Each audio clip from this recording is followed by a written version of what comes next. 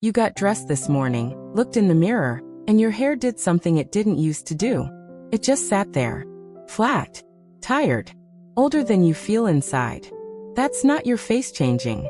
That's your haircut working against you. And it's adding years, 4 maybe 6, every single morning, before you've even had coffee. Today I'm showing you 5 haircuts that do the opposite. Cuts that catch the light, lift the face, and make women over 50 look genuinely, visibly younger. One of these is probably sitting on a photo you saved months ago and never showed your stylist. I researched the worst style and beauty mistakes and the best fixes for women over 50, so you get real results, fast. If you haven't already, hit subscribe. I cover this every week. Part 1. The layered lob. Picture this. You're at the salon and you ask for just a trim, nothing dramatic. 6 weeks later you're staring at the same blunt line you've had since 2019, wondering why it looks heavier every year. That's not your imagination. That's the cut. A blunt, one-length bob past the chin does something specific as we age. It pulls all the visual weight down and out, right at the jaw, right where gravity's already doing its own thing. It flattens your cheekbones. It makes your face red longer and tireder in any light, even good light, even with great makeup underneath it.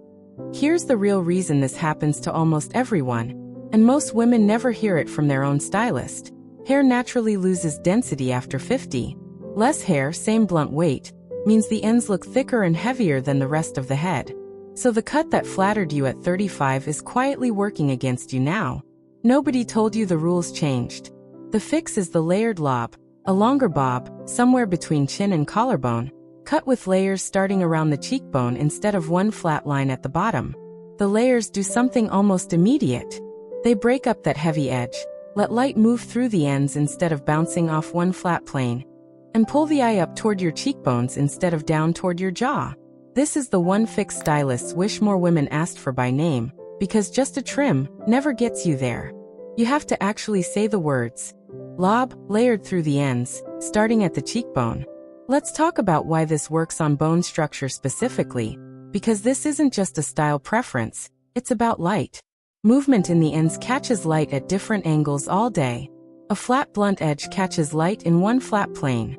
One of those reads alive. The other reads static.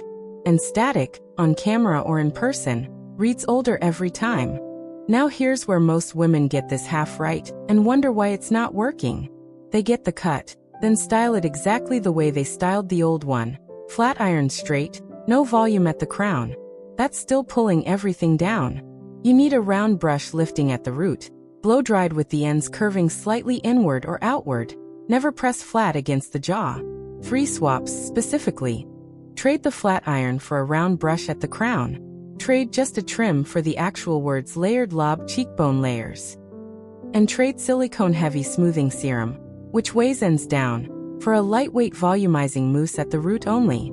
Upkeep is simple. A trim every 8 to 10 weeks keeps the layers from growing out into that same heavy blunt line you started with. Let it go past 12 weeks and you're back where you started, just longer.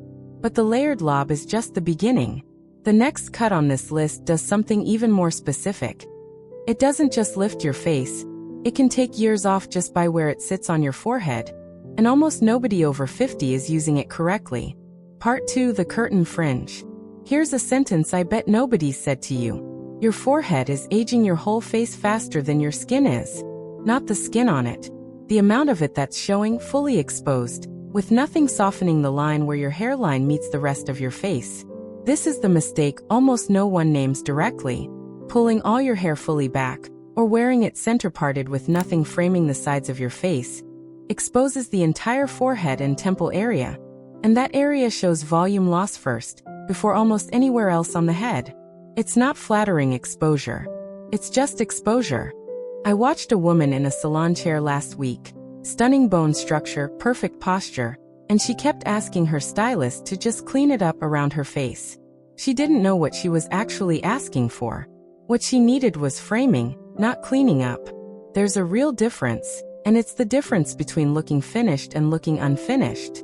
The curtain fringe solves this without committing you to bangs, in the way that word might scare you. It's not a hard blunt fringe across the forehead. It's longer, soft pieces that part naturally down the middle and sweep outward, framing each side of the face like soft brackets. What changes immediately, and I mean immediately the moment it's cut, is that the curtain fringe softens the hairline transition, draws attention toward your eyes instead of your forehead, and gives the illusion of more density right where density tends to thin first. It's one small shift in cutting that changes the entire read of your face. Here's the part most women get wrong when they ask for this. They ask for bangs generically, and they end up with something cut too short, too blunt, too committed. The actual words to use: long curtain fringe, parted center, blended into the layers, grown out enough to tuck behind the ear on a bad day. That last part matters. It gives you an escape hatch when you don't want to style it. 3 specific swaps. Swap a hard blunt fringe for a long, soft blended curtain. Swap the fully pulled back style for the same hair worn down with the fringe pieces loose. And swap heavy pomade on the fringe, which can make sparse areas look even sparser and shinier in the wrong way, for a dry texturizing spray that adds the illusion of more strands. Upkeep here is light. The curtain fringe doesn't need trimming as often as a blunt one. Every 6 weeks keeps the length where it can still tuck behind the ear, which is honestly the whole point. What nobody tells you about the next cut on this list is that it's the one most women are terrified to try, and the one that, done right, takes off more visible age than almost anything else on this entire list. Part 3. The soft disconnected pixie. Most women over 50 hear the word pixie and immediately think it's not for them. Too short, too severe, too much commitment to a look they're not sure they want. And honestly, with the wrong cut, they're right to be scared of it. A bad pixie, one cut too uniform, too short all over, no length left anywhere to soften it, can read severe in exactly the wrong way.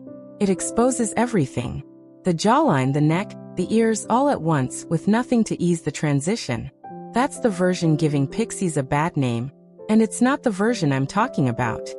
Here's the real reason a disconnected pixie works completely differently. Disconnected means the layers on top are deliberately left longer than the sides and back, with a visible, intentional break between the two lengths instead of one even gradient. That break does the opposite of what you'd expect. It adds height and movement at the crown, which lifts the entire face upward, while the shorter sides keep things clean rather than severe. This is secretly one of the most face-lifting cuts that exists, because it works with the one thing gravity can't fight back against: vertical lift at the crown. Everything else on a face moves slightly downward with age. A disconnected pixie is one of the only cuts that visually moves things back up. What changes everything here is texture, not length. A soft disconnected pixie isn't styled flat and smooth on top. It's textured, slightly tousled, pushed up and forward with fingers rather than combed into place. That texture is what keeps it from reading severe. Smooth and short looks stark. Textured and short looks deliberate, even artful. If you're going to ask for this, ask for it by name, because short pixie alone gets you the severe version. Say, disconnected pixie, longer textured layers on top, shorter graduated sides, point cut ends for softness rather than blunt ends. 3 swaps. Swap a uniform buzz-down pixie for one with deliberate length left on top. Swap smoothing the top down flat for pushing it up and slightly forward with a texturizing paste. And swap a fully shaved nape, which can look harsh against softened features, for a slightly longer, tapered nape that still reads neat without the severity. This one needs more frequent upkeep than the others on this list, every 4 to 6 weeks, because pixies grow out of shape fast, and a grown-out pixie is the only version of this cut that genuinely does age you, since it loses the lift that made it work in the first place. The next haircut on this list isn't really a haircut at all.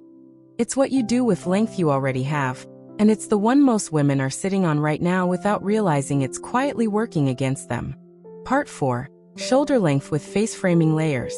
You kept the length. I get it, long hair feels like holding on to something. But here's the question nobody asks you directly. When did you last cut layers into the front of it? If the answer's years, here's what's actually happening. One length long hair past the shoulders, with no layers cut into the front, pulls everything straight down past the jaw with nothing breaking up the sides of the face. It's not the length itself aging you. It's the absence of anything happening near your face while all that weight just hangs. Most women never hear this, But you don't have to give up the length to fix this. That's the part that surprises people every time I bring it up. You keep every inch. You just add face framing layers. Pieces cut shorter at the front, starting around the chin or cheekbone, that taper back into the longer length behind them. Those shorter front pieces do something the rest of the hair can't. They move independently. They catch air, catch light, catch attention right at the part of your face that needs lifting most, the cheekbones and jawline. The longer hair behind stays exactly as long as you want it. Nothing's sacrificed. Something's just added. Here's the surprising fact that changes how most women think about this. Face framing layers are actually more forgiving than a full layered cut throughout, because you're not restructuring the whole head. You're adding lift exactly where it's needed and leaving the rest alone. It's a smaller commitment with a bigger visible result, and that ratio is rare in haircuts. Ask for this specifically. Face framing layers starting at the cheekbone, blended not chopped, with the back length left untouched. Blended not chopped matters. A harsh, obvious step between the short front piece and the long back hair looks like a mistake. Blended looks intentional. 3 swaps. Swap fully flat iron straight styling for a loose wave, through just the face framing pieces, using a 1-inch curling iron. Swap heavy ends weighing down the front layers for a lightweight texturizing spray applied only at the cheekbone length pieces. And swap a center part with nothing happening near the face for a slightly off-center part that lets one face framing layer fall more visibly than the other. Upkeep is forgiving, every 10 to 12 weeks, since the back length isn't being touched and only the front pieces need refreshing to keep their shape. Up next is the one change on this entire list that costs nothing, takes no appointment, and might be quietly aging you more than any haircut you've ever had. And almost no one connects it to their hair at all. Part 5. The textured crop with directed crown volume. This last one isn't about length at all. It's about something almost nobody asks their stylist for, because almost nobody knows the words for it. It's about where the volume sits on your head. Here's what's actually happening to most women's hair after 50, and it's not really about the cut yet. It's about gravity and density working together against you. Hair naturally wants to lie flatter at the crown as it thins, and the flatter the crown gets, the longer and more tired the whole face reads, even with a perfectly good cut underneath it. The fix is a textured crop, a short, textured cut, typically chin length or shorter, paired with what stylists call directed crown volume. That means the cut itself is structured specifically to lift and direct hair upward and slightly forward at the crown, rather than letting it fall flat by default. The cutting does half the work before you even pick up a brush. Here's the secret most women never hear from their own stylist. This isn't a styling trick you do every morning with effort. It's built into the cut itself. The layers are cut shorter and more textured specifically at the crown, so the hair has nowhere to go but up. You're not fighting gravity every morning. The cut already won that fight for you. What changes everything is the difference between volume that's styled in and volume that's cut in. Styled in volume falls flat by 2 p.m. Cut in volume holds because the layers themselves are creating the lift, not a round brush and a prayer. Ask for this by name. Textured crop, point cut layers concentrated at the crown, directed forward and up. If your stylist looks puzzled, show them a photo. This is specific enough that words alone sometimes aren't enough, and that's fine. 3 swaps. Swap brushing hair back flat at the crown for blow drying it forward and up against its natural direction while it's still damp. Swap heavy cream products at the root, which weigh the lift right back down, for a light mousse applied only at the root before drying. And swap skipping root touch-ups for getting the crown area specifically refreshed every 6 to 8 weeks, since that's the section that grows out of shape fastest. You've just gone through 5 cuts that do what most women spend years trying to fix with makeup, posture, and outfits alone, when the real lift was always available at the root. You just learned 5 specific cuts most women never connect to how young or tired their face reads. The layered lob, the curtain fringe, the disconnected pixie, face framing layers, and the textured crop with directed crown volume. That's not small. That's years of guessing, solved in one sitting. Boom! Your bone structure was always there. These cuts just stop hiding it. Tell me in the comments. Which one of these 5 are you walking into your next appointment asking for, by name? Next time, I'm covering the exact words to say in the chair so you never leave with just a trim again. like this video, subscribe to Timeless Wisdom Path, and I'll see you in the next one.